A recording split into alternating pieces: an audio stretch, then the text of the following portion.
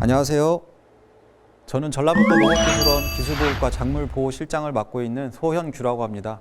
오늘 여러분과 함께 교육시켜 드릴 내용은 과수화상병 궤양 제거 및 사전 방제 요령에 대한 내용이 되겠습니다.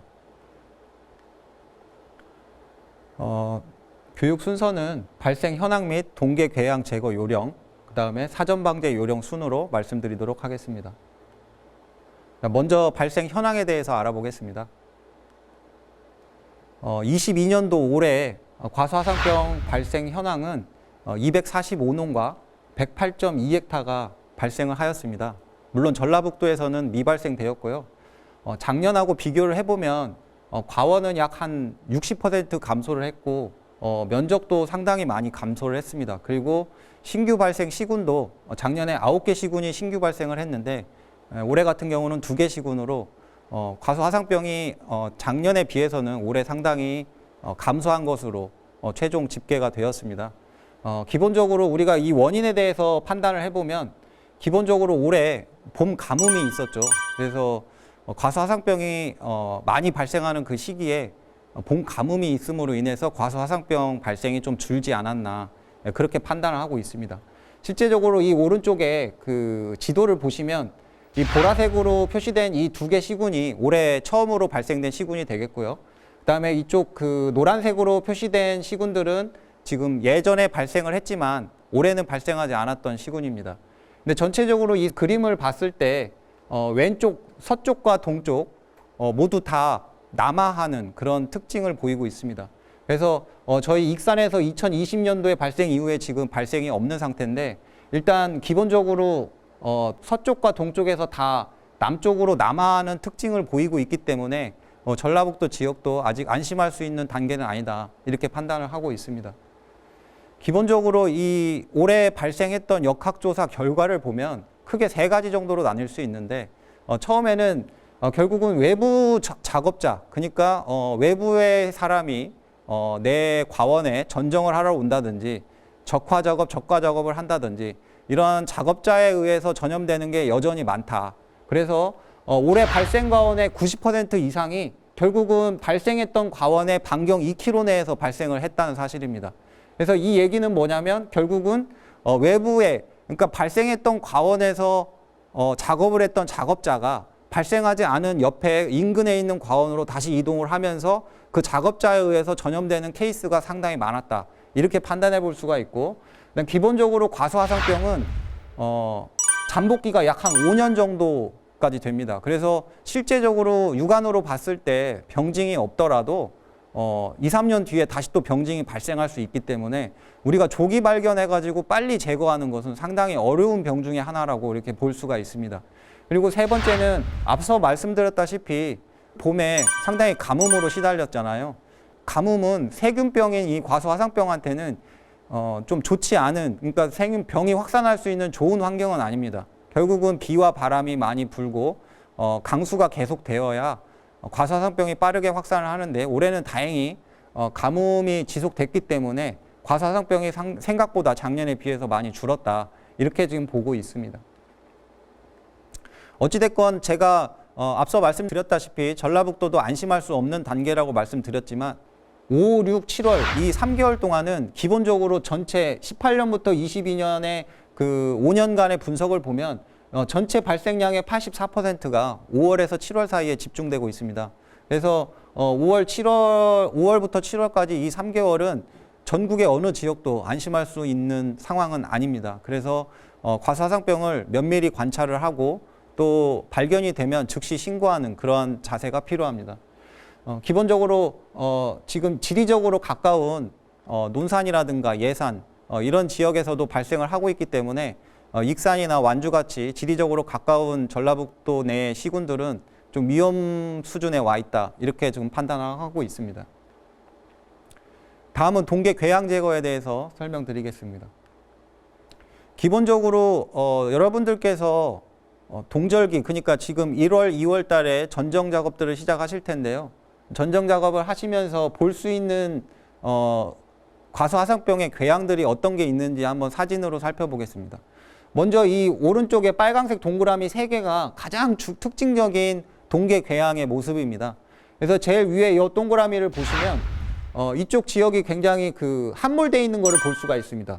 그래서 기본적으로 세균병이기 때문에 여름에 세균병이 걸리면은 이렇게 가지가 부풀어 오르게 되는데, 부풀어 올랐다가 이제 날씨가 추워지면서 그 부풀어 오른 것이 가라앉게 되겠죠. 가라앉게 되면서 가지에 이렇게 밀착이 됩니다. 가지 표면에. 그렇게 되면 당연히 이렇게 함몰된 지역이 정말 명확하게 보이겠죠. 그래서 여러분들이 전정하시다가 이런 함몰된 부위가 명확하게 보인다, 그렇게 판단이 되면은 이것은 의심 궤양이니까 시군센터에다가 한번 전화를 해봐야 되겠다, 이런 생각을 가지시는 게 좋습니다. 그리고 더 확실한 방법은 이렇게 가지를 한번 칼로 긁어보는 겁니다. 그래서 이 함몰된 부위를 가지로 한번 긁어보게 되면, 긁으면은 처음에는 이렇게 녹색의 정상적인 형성층 부분이 보이다가 한 30초에서 1분 뒤에 여기서 보시는 것과 같이 이렇게 갈변을 하게 됩니다. 그래서 이 갈변이 되냐 안 되냐를 가지고 과수화상병 의심 궤양인지 아닌지를 판단해 주시면 되겠습니다. 과수화상병 동계 궤양하고 상당히 유사한 병들이 많이 있는데요. 불안병이라든가 견무늬 폐렴병도 함몰이라든가 수액이 누출된다든가 이러한 특징들을 보이는데, 자세히 보시면은 함몰 부위가 명확하지가 않고, 그다음에 불안병 같은 경우에는 색깔이 상당히 주황색을 띱니다. 근데 과수화상병 같은 경우에는 상당히 검은색을 띠거든요. 그래서 이런 특징들을 좀 보시면 되겠고, 본인이 궤양 전정 제거하면서 그 궤양이 애매한 부분들이 있다라고 판단이 되시면 무조건 가까운 농업기술센터에 연락을 하셔가지고 현장 진단을 한번 받아보시기를 권해드립니다.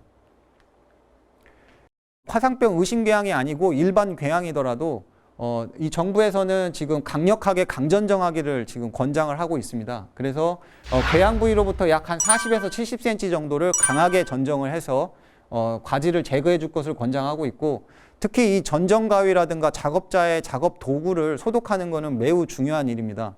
그래서 알코올 70% 알코올에 30초 이상 담그기를 권장을 드리고, 전기톱을 사용할 때는 이 스프레이로 된 70% 알코올을 그 전기톱에 좀 뿌리고, 될 수 있으면 라이터불 같은 걸로 살짝 이렇게 화염으로 하게 되면은 빠른 시간 안에 소독을 할 수 있으니까요. 최소한 나무에서 나무로 이동할 때, A 나무에서 B 나무로 이동할 때는 반드시 작업 도구를 소독해 주시기를 부탁드리겠습니다. 그리고 기본적으로 외부 전정단 출입을 되도록 좀 자제를 해주시고, 부득이 출입할 때 그런 왔다 갔다 해야 되는 상황이 된다면 작업복이라든가 작업 신발 등을 철저히 소독을 해서 밖으로 유출되지 않도록 각별히 좀 신경 써주기를 부탁드리겠습니다. 사전 방제 요령이 되겠습니다. 사전 방제를 하시는 이유는 기본적으로 여러분들이 과수화상병이 가장 많이 감염되는 사례가 꽃감염입니다. 그래서 여러분들이 과원에서 사과나 배에 꽃이 필 때 꿀벌이나 이런 기타 화분 매개 곤충에 의해서 이 병이 옮겨지게 되는데, 그 병을 이제 꽃이 필 때를 차단을 해가지고 그 병이 초기에 확산되기 전에, 감염 초기에 이 병의 확산을 막는 것이 주 목적이 되겠습니다. 그래서 기본적으로 우리가 3번의 방제를 하게 되는데, 1차 약제는 기본적으로 개화 전에, 그 다음에 2차와 3차는 개화 후에 살포를 하게 되는데, 기본적으로 1차에 뿌려지는 약제는 보르드액이나 구리제, 동제를 가져다 뿌리게 됩니다. 그래서 기본적으로 3월 말 안에 뿌리게 되고요. 그 다음에 2차와 3차인 것은 개화가 10에서 20% 정도 진행했을 때 2차 방제가 들어가고, 2차 방제 후에 5에서 7일, 일주일 정도 뒤에 마지막 3차 방제를 실시하시면 되겠습니다. 그래서 2차와 3차로 방제하는 방제 약제는 항생제나 미생물 제제를 쓰게 됩니다. 그래서 시군마다 해당 약제가 다 다르기 때문에 각 시군에 맞춰서 공급되는 약제를 잘 확인하시고, 농업기술센터 담당자로부터 어떻게 뿌려야 되는지 한번 물어보시고 최종적으로 적정한 시기에 뿌려주시기를 부탁드리겠습니다. 이 살포상의 주의사항들이 몇 가지 있는데요. 상생제 같은 경우에는 고온이나 또 많은 혼용을 했을 경우에 약해 발생할 확률이 상당히 높습니다. 그렇기 때문에 항생제 뿌릴 때는 되도록 단용으로 살포하시기를 권장을 드리고, 미생물제는 말 그대로 살아있는 미생물을 뿌리는 거기 때문에 햇빛이 쨍쨍 띄거나 고온이 있는 날에는 미생물제를 뿌리는 것이 효과가 떨어집니다. 그래서 흐린 날이나 아침이나 해질녘에 뿌리시는 게 미생물제의 효과를 더 볼 수 있습니다. 기본적으로 타 약제랑 혼용할 경우에 꿀벌 독성에 대해서 이제 문제되는 경우가 많은데요. 타 약제하고 혼용했을 때 그 혼용된 약제가 꿀벌하고 독성이 있는 경우가 많습니다. 현재 저희가 개화기에 뿌려지는 그 항생제나 미생물제 같은 경우에는 꿀벌 독성이 없는 약제들입니다. 대부분. 그렇기 때문에 혼용하심으로 인해서 꿀벌 독성이 일어나지 않도록 좀 주변 양봉농가한테 미리 알리거나 또 고지를 해서 그런 양봉 2차 피해가 없도록 주의를 해주시기 바라겠습니다. 아까 말씀드렸다시피 1차 방제 시기는 이렇게 사진과 보시는 것처럼 지금 배 같은 경우 휴면기고 사과도 휴면기에 접어들어 있었는데 배 같은 경우에 이제 발아기와 전역기 직전, 그 다음에 사과도 발아기와 녹색기, 잎이 피기 직전에 1차 방제, 즉 보르도액이나 구리제는 이 시기에 뿌려주시면 되겠습니다.